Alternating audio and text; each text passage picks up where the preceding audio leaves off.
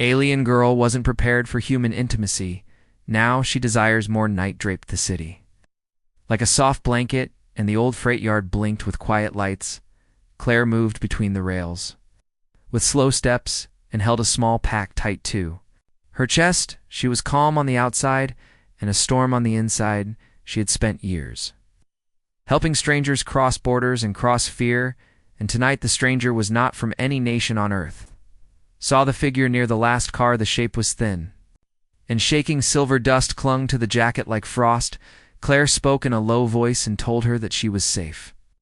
The girl raised her head, and her eyes held many colors at once. She looked like a young woman, and her hair was cut short and neat. Her name was Maya, and she said it in a way that sounded like song, and like sorrow. Claire took Maya to a small apartment above a closed bakery. The smell of bread lived in the walls, and it made the place feel kind. Claire offered a blanket and warm tea. Maya watched the steam, as if it were a rare animal. Claire said that the tea was a simple help for a hard day. Maya nodded and held the cup with both hands, but did not drink. A low hum lived under the city like a hidden river Maya listened to. It is said that the ground here sang in long notes. Claire smiled and said that trains did that, and that people learned to sleep with it. Maya said that her people grew up in rooms without sound, and that silence was their light. She said that she was here after a fall from a small craft in a chase. She said that there were hunters that wanted her because of what she knew about a treaty and a simple truth that could free many small worlds. She said this in plain lines, and her voice did not shake, but her hands did. Claire told her that humans could keep a promise even when the wind changed, and that not all hunters win. She set the teacup down and said they would build a plan in the morning. Maya watched her, and her eyes softened. She asked what it meant to be safe in a human way. Claire answered with actions and not with words. She locked the door and set a chair under the knob and drew the curtains just enough to leave a thin line of starlight. She gave Maya a second blanket in a quiet space on the couch and sat on the floor nearby so the girl would not wake. Alienth City moved to dawn, and the bakery lit its ovens. Claire made toast and eggs and sliced fruit. Maya tasted each thing as if it were a new language. She said that heat inside bread made her think of home, even if her home had never seen wheat. Claire laughed in a small way and said that food is a bridge that does not break under weighty.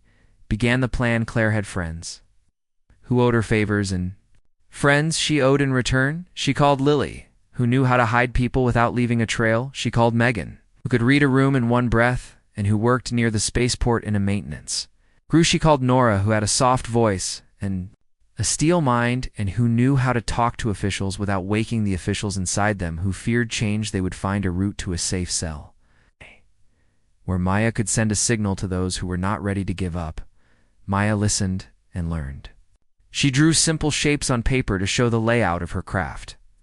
She explained that a piece called the heart coil had broken during the fall, and that it was the reason she had not vanished into dark sky again. She said that her people did not touch often, and when they did, it meant many things at once. She said that human closeness felt like warm gravity, and that it pulled at her in ways she had not prepared for. Claire heard this and felt heat rise in her face. She kept her voice steady and said that human intimacy could be many small things done with care, and with time. She said that it could be a hand on a shoulder in a hard hour. It could be a shared joke told in whispers. It could be a promise kept when nobody was looking. It could be a steady breath beside you when the night is long. They left the apartment when the sun climbed above the roofline. They wore work clothes and carried a tool bag. Megan met them by a service gate and waved them in with a slow move that looked like she was shooing a gull inside the maintenance hall. The air smelled of oil and ozone. Metal spoke in tiny pings as it collided. Crew rolled a crate past them, and the crate hummed in a way that made Maya stiffen. Claire noticed and placed her hand on Maya's sleeve for 1 second, then let go. Maya steadied and nodded. They moved into a narrow bay, where old parts sat in neat rows. There Megan closed the door and showed a key card she had borrowed from a friend who trusted her. Behind a panel lay a thin corridor that led to a blind spot near the docking. Armsby reached a hatch that looked dead. Megan worked the latch, and it opened like a quiet mouth. Inside lay a small service pod no longer in use. Nora waited there with a box and a soft smile inside the box sat a set of tools and a coil that looked like it had grown inside.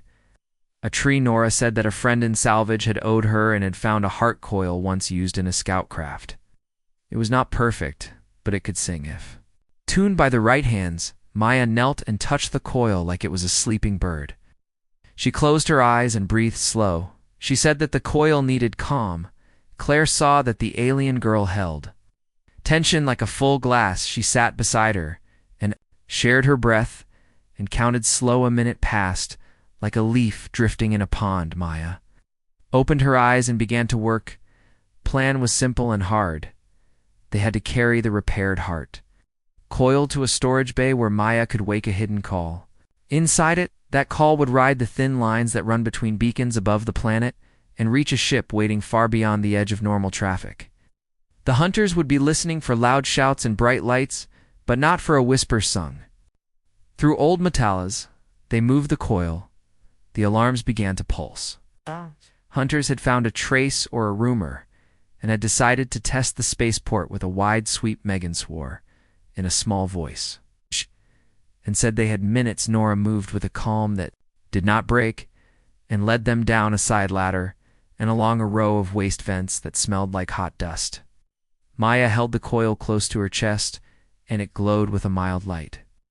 Like sunrise through thin clouds, she reached the storage bay and saw two uniformed men at the far end. Claire felt her heart try to climb out of her ribs. She looked at Maya and saw fear and resolve living together in one face.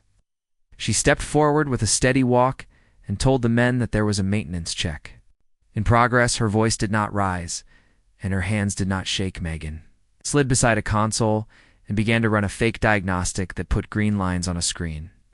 Nora stood with a clipboard and the stiff look of someone who had dealt with forms. Since birth, men glanced at the screen and at the clipboard, and then at Maya with the coil. Claire felt the moment tipped like a chair on two legs. Then a burst of static came through a radio, and the men were called away to a gate issue. They left with a shrug that said, "This is not my problem right now." The chair dropped back on four legs, and the three women let out the breath they had been holding. Maya moved to a metal pillar and set the coil against it. She began to hum in a soft voice, and the coil replied with a deeper note. The storage bay seemed to lean in to listen. Claire stood close enough that their shoulders touched, and she whispered that she was there. Maya did not look away from the coil, but she shifted so their arms pressed together. The hum grew into a thread of sound that climbed into silence and vanished.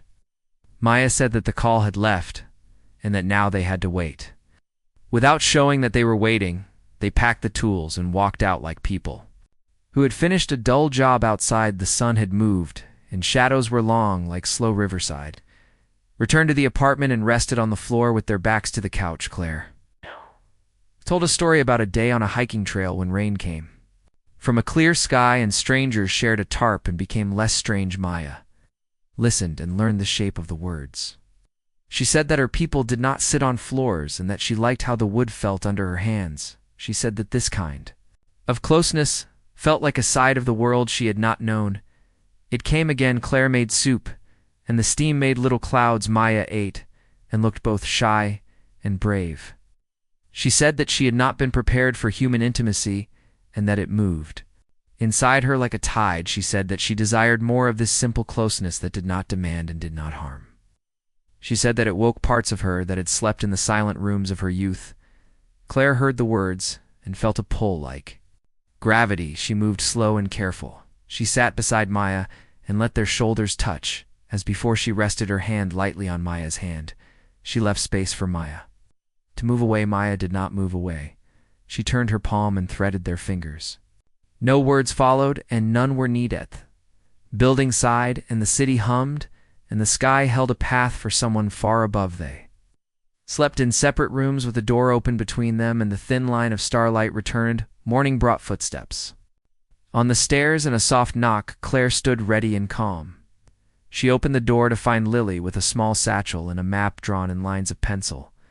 Lily said that the sweep at the spaceport had grown larger and that the hunters had asked the local police for help.